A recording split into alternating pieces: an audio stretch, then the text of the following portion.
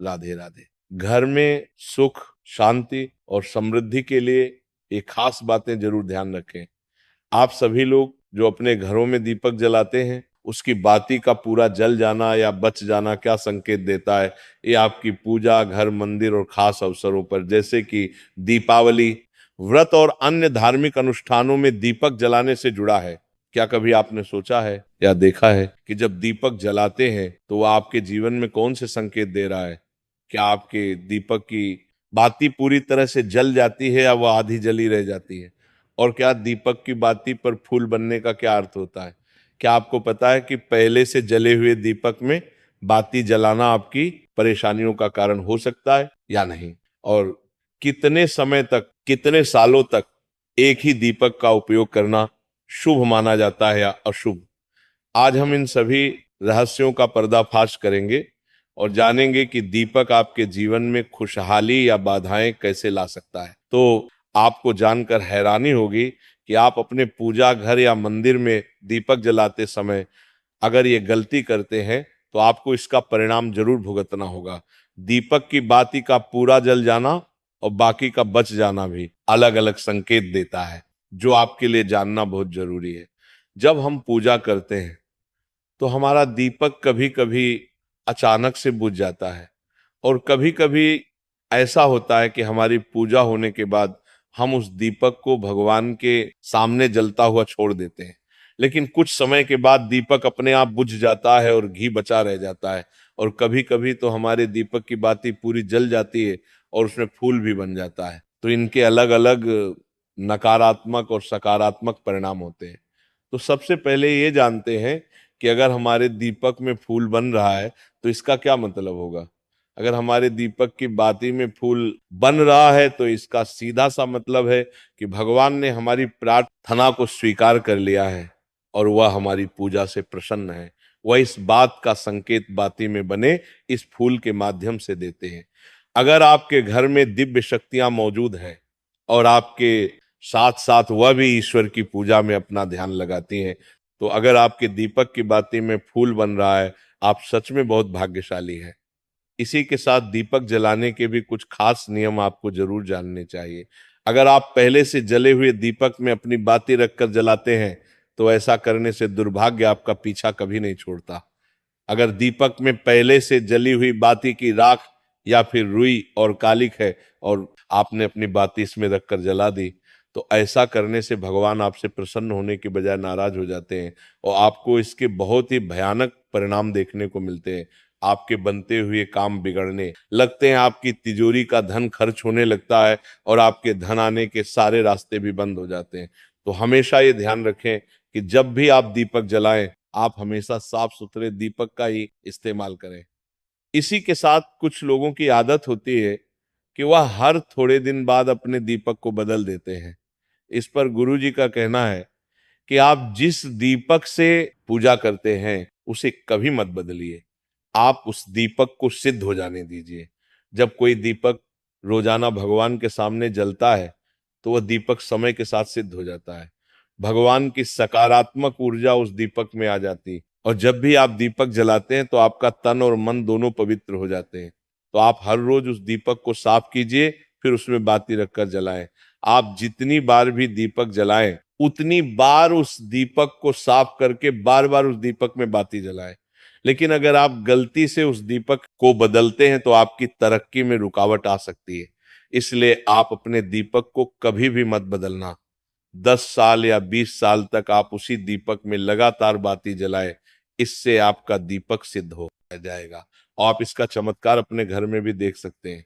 अगर आपके घर में कोई भी रोगी हो, बीमार हो या किसी का बुखार नहीं जा रहा हो, तो आप इस दीपक को थोड़ी देर के लिए किसी बर्तन में डालिए और अब उस रोगी को ये पानी पिला दीजिए। 10 से 15 मिनट के भीतर उसका बुखार उतर जाएगा। वहीं अगर आपके घर में किसी को नजर लगी हो या फिर आपके व्यापार में किसी की नजर लगी हो, आपका धंधा अच्छे से नहीं चल रहा हो, तो भी आप इस दीपक को तांबे के बर्तन में पानी भरकर उसमें डाल दीजिए और रात भर के लिए छोड़ दीजिए। अगले दिन सुबह पानी का छिड़काव अपने घर में और अपनी दुकान पर करिए। ऐसा करने से आपको साफ साफ परिणाम दिखाई देंगे, क्योंकि जब हम लगातार एक ही वस्तु का प्रयोग अपनी पूजा में करते हैं तो वह वस्तु शुद्ध हो जाती है। भगवान की जो ऊर्जा होती है वह उस वस्तु में समा जाती है। तो कभी भी अपने मंदिर के दीपक को बदलने की गलती ना करें। अगर आपके मंदिर का दीपक टूट जाता है या फिर खराब हो जाता है या खंडित हो जाता है, तब भी आप उस दीपक को बदल सकते हैं। लेकिन फिर भी आप उस दीपक को न फेंकें, बल्कि इसे अपने घर में संभाल कर रखें, क्योंकि ये भगवान की सकारात्मक ऊर्जा का भंडार होता है। वहीं अब आपको ये भी बता देते हैं कि अगर आपके दीपक की बाती पूरी नहीं जलती है और आपके दीपक में घी बच जाता है तो इसका क्या परिणाम होता है। सबसे पहले ये देखिए कि अगर आप किसी भी पेड़ पौधे की पूजा कर रहे हैं और पूजा में जलाया हुआ दीपक पूरा नहीं जलता या फिर उसमें घी बच जाता है, तो इससे आपके घर में बीमारियां घर बना लेती हैं और ये बीमारी कभी भी आपका पीछा नहीं छोड़ेगी।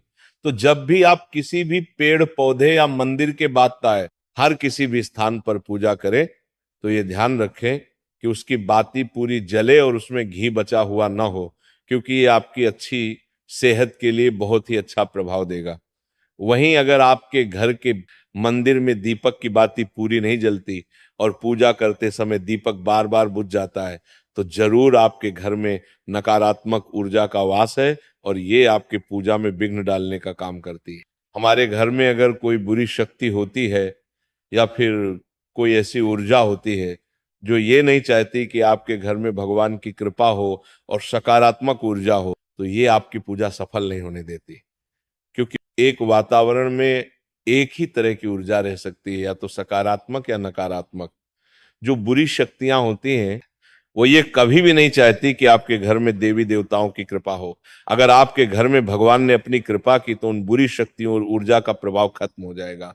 इसलिए ये शक्तियां चाहती हैं कि आपकी पूजा में रुकावटें आए।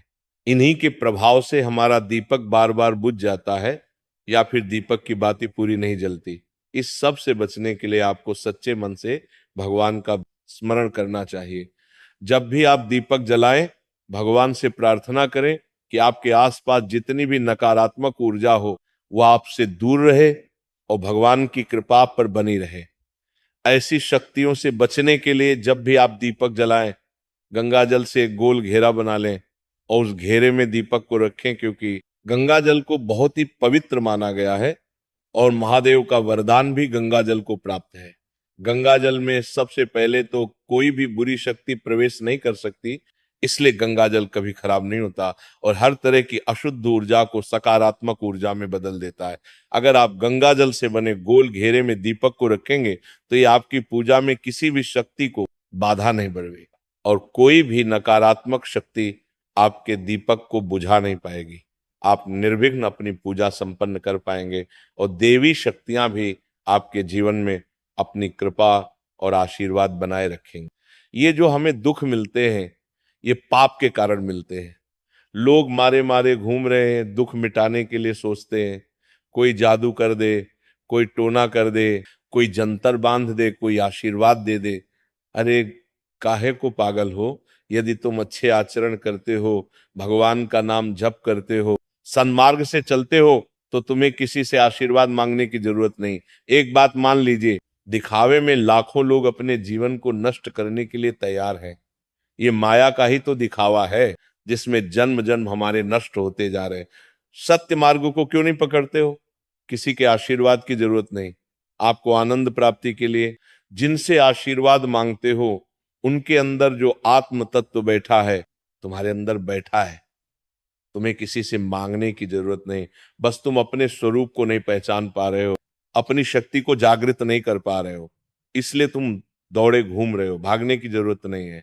सत्संग सुनो, उसे अपने आचरण में उतारो। ये बात आप कागजों में लिख लो, चाहे दिमाग में लिख लो। जब तक आपके आचरण शुद्ध नहीं होंगे, जब तक आप भजन नहीं करोगे, जब तक आप दूसरों को सुख नहीं दोगे, मन वचन कर्म से किसी को भी दुख नहीं पहुंचाएंगे, तब तक आप भाग्यवान नहीं बन सकते। यहां से लेकर ब्रह्मलोक तक अगर आपको सुख मिल जाए तो बता देना, अरे ब्रह्मलोक पर्यंत भी सुख मिलने वाला नहीं है।